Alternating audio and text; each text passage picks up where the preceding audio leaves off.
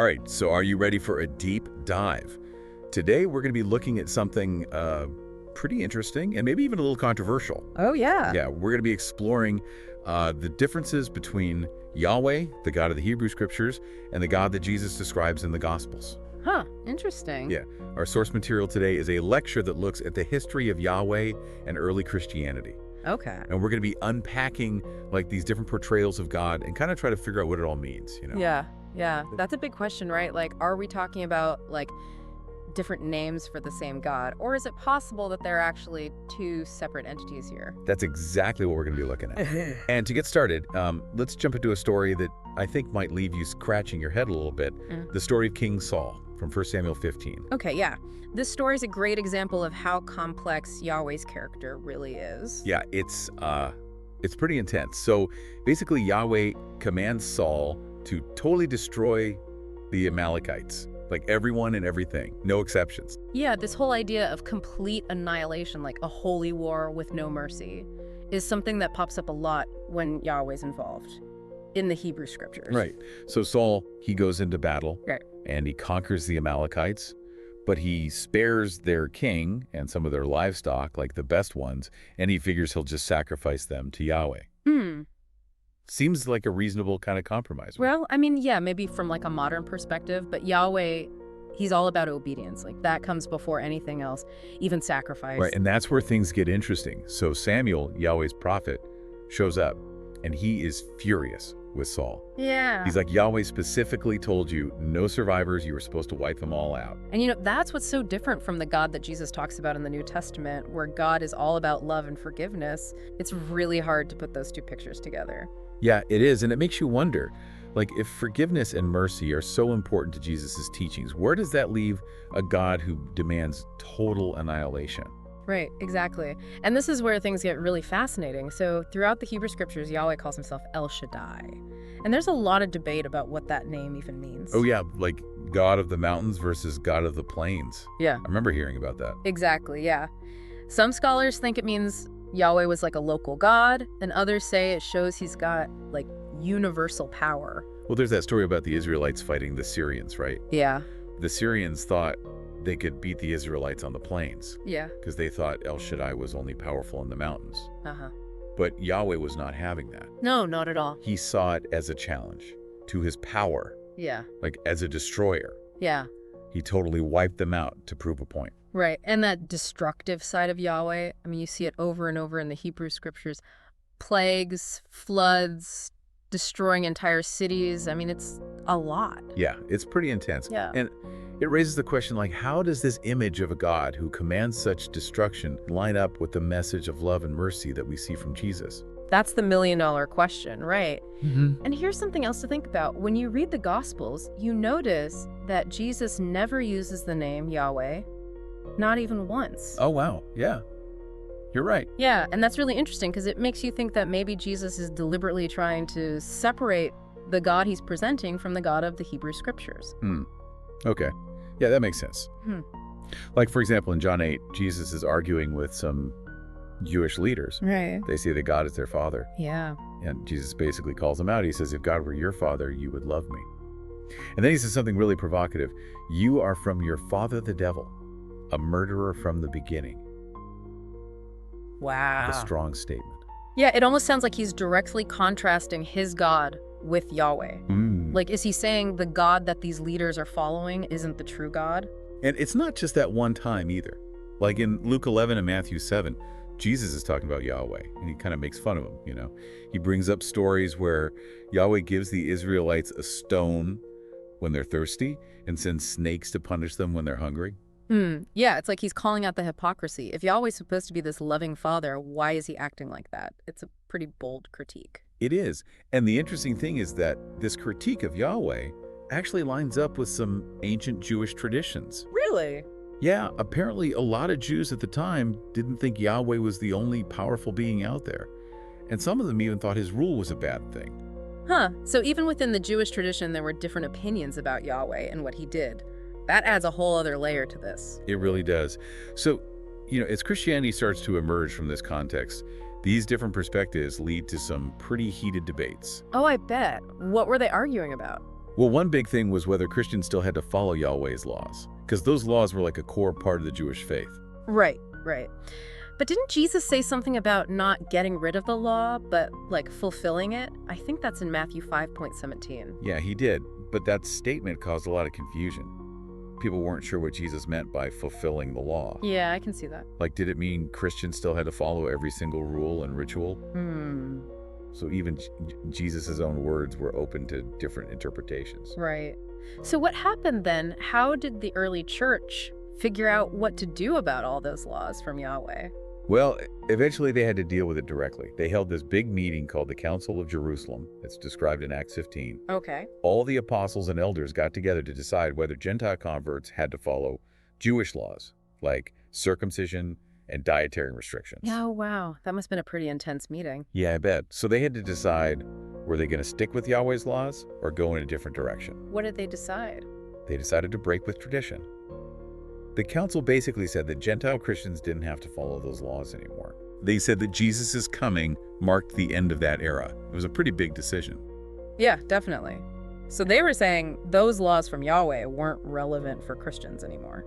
Exactly. They saw what Jesus taught as a new covenant, a new way of relating to God that went beyond the old rules and rituals. Okay, that makes sense. But if Jesus wasn't talking about Yahweh, who is he talking about then? Like, who is this God that he's revealing? Well, there's a really powerful moment between Jesus and Philip in John 14 that kind of sheds some light on that. Philip asks Jesus, "Show us the Father, and we will be satisfied." And Jesus says, "Anyone who has seen me has seen the Father." Oh, wow. So he's saying if you want to understand God, just look at Jesus. That's a pretty direct connection. Right. And that direct connection between Jesus and God, it completely bypasses Yahweh. Yeah, you're right. It's starting to feel like we're looking at two different gods here. That's a great way to put it. And to make things even more interesting, the lecture points out that some early church fathers saw the Greek philosopher Plato as a kind of like preparation for Christianity. Yeah. Similar to how they saw Judaism as preparation for the Jewish people. Wait, Plato, the Greek philosopher, what does he have to do with Christianity? Well, it shows how the early Christians were thinking about how different belief systems related to each other. Okay. And if they had kept going down that road, we might have ended up with a Bible where the Old Testament was based on Plato's writings instead of the Hebrew scriptures. Wow, I can't even imagine that. Yeah. That just shows you that the Bible we have today is really the result of certain historical choices and decisions. Absolutely. It makes you wonder, like, what would Christianity look like if it had a different Old Testament? It's mind-blowing. It is. It really highlights how the Bible came together over time and how if different choices were made, we could have a very different text. Okay, so let's go back to the Bible that we do have. It combines the Hebrew scriptures with the stuff the apostles wrote to make the Old Testament and New Testament. Right. What are the implications of putting those two sets of texts together like that? Well, doing that creates a link between Yahweh and the God that Jesus talks about. Like, it implies they're the same being. But the lecture argues that might be misleading. The Hebrew scriptures that are part of the Bible, they represent one particular version, a redaction from the 6th century BCE. Okay, I'm gonna need you to break that down for me. What does redaction mean in this context? Basically, it means that Hebrew scriptures that we have now aren't the original. They've been edited over time. And this particular version reflects the ideas of Kings Hezekiah and Josiah, who were trying to set up a strict monotheistic system all about Yahweh. Monotheism, meaning belief in one God. Right? Exactly. So they went through and they basically got rid of or downplayed anything that referred to other gods or powerful beings that might have been part of earlier Israelite beliefs. So we're not getting the whole picture of what ancient Israelites believed. We're getting a version that focuses on Yahweh. That's a key point. And then putting this edited Yahweh-centric version right next to the Gospels, it creates the impression that Yahweh and the God of Jesus are the same, even though what they do and what they're like often contradicts each other. Yeah, it's kind of unsettling. It is. Like, it makes you wonder how much of what we think we know about God is based on this potentially inaccurate merging of two different traditions. Like, have we been looking at this the wrong way all along?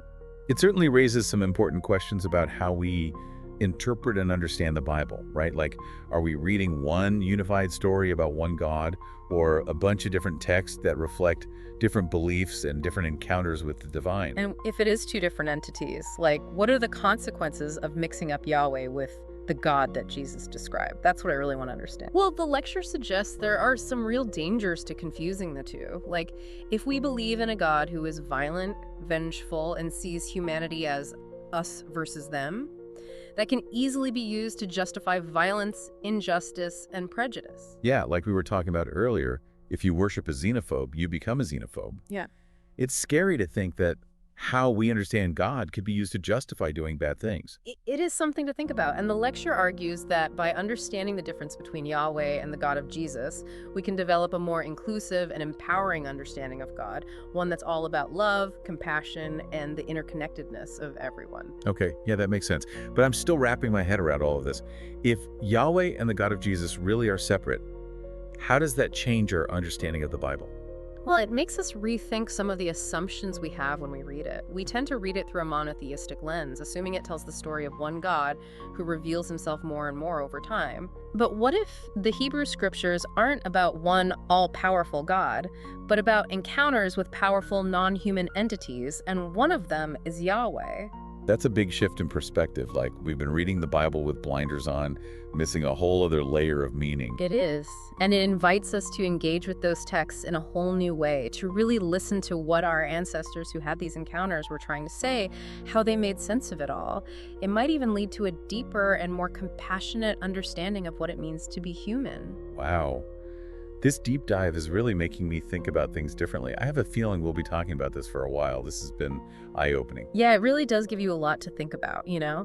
And when you start looking at the Hebrew scriptures through this lens, a lot of the stories take on a whole new meaning. Okay, yeah, I can see that. Like, what are some examples of stories that look different when you consider this idea of multiple powerful entities instead of just one all-powerful God? Well, let's take the story of Noah's Ark, for example. If we're not stuck with thinking about Yahweh as the only powerful being, then the flood could be seen as like a conflict between different entities, you know, not necessarily a punishment from one God.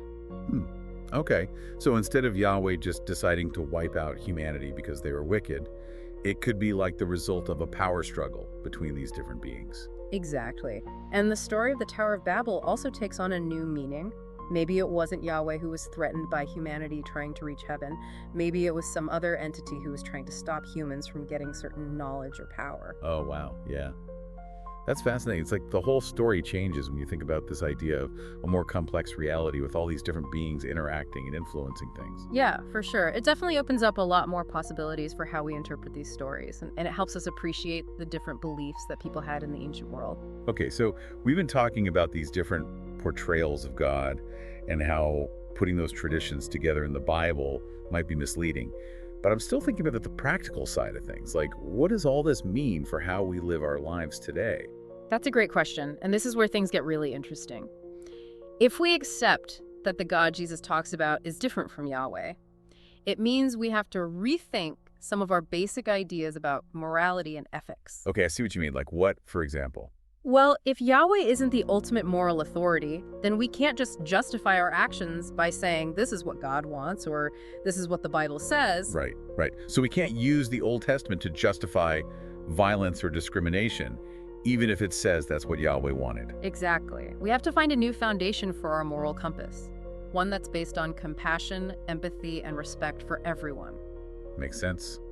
But it also sounds pretty challenging. If we're not looking to Yahweh or the Bible for all the answers, how do we figure out what's right and wrong? Well, it takes a more careful and introspective approach. We have to use critical thinking, consider different perspectives, and really listen to that inner voice of wisdom. So it's less about following rules and more about developing our own sense of right and wrong. Exactly. And Jesus' teachings can be really helpful with this. His focus on love, compassion, and forgiveness offers a great framework for living ethically. Okay, yeah, that makes sense. Yeah. But what about all those stories in the Old Testament where Yahweh is shown as a vengeful and punishing God? How do we make sense of those stories if we're also talking about a loving and compassionate God? Well, one way to think about those stories is that they're reflections of the human experience, not necessarily literal accounts of what God did. Okay, I think I get it. You're saying those stories are more about how humans understand and deal with power rather than being accurate descriptions of God's character. Exactly. And those stories can still teach us a lot about what it means to be human, even if we don't take them literally. So instead of reading those stories as instructions for how we should behave, We can see them as warnings about the dangers of power, greed, and violence. Yeah, definitely. And they can also remind us how important compassion, justice, and mercy are.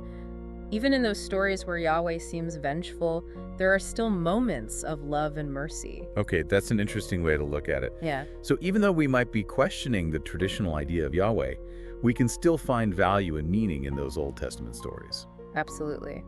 And by looking at them in a more critical and thoughtful way, we can get a deeper understanding of ourselves, our history, and our relationship with the divine. Yeah, as we're talking about all this, it's making me think about how this shift in perspective might affect how we think about prayer. Oh, how so? Well, if we're not praying to Yahweh, the God who demands obedience and punishes disobedience, who are we praying to? That's a really profound question, and it gets to the core of what it means to have a relationship with God. If we're not worried about trying to please a powerful God who might be angry, then prayer becomes less about asking for things and more about connecting with God, feeling grateful, and finding peace within ourselves. So it's not about trying to make deals with God or get him to do what we want. It's more about aligning ourselves with a higher power, connecting with a source of love and wisdom that's beyond our understanding. Exactly. And it's about realizing we're part of something bigger than ourselves, part of a web of connection that goes beyond just our individual lives. I like that image. It makes me think of that saying from Jesus. The kingdom of God is within you. Hmm. Maybe it's not about looking outside of ourselves for a God who will save us, but about nurturing that divine spark that's already inside each of us. That's a powerful insight, and it's a message that's found in the mystical traditions of many different faiths. So maybe this whole conversation isn't about rejecting God or the Bible, but about finding a more real and meaningful way to connect with God. I think that's a beautiful way to put it. It's a journey that's worth taking. This has been so insightful. I feel like I'm starting to get a handle on this complex topic, but I also know there's still so much more to explore. Yeah. It does feel like we've only just scratched the surface. And I gotta admit, I'm still feeling a little overwhelmed by all of this. It's a lot to digest. Oh, yeah, I get it. It's definitely a journey, not like a one-time thing.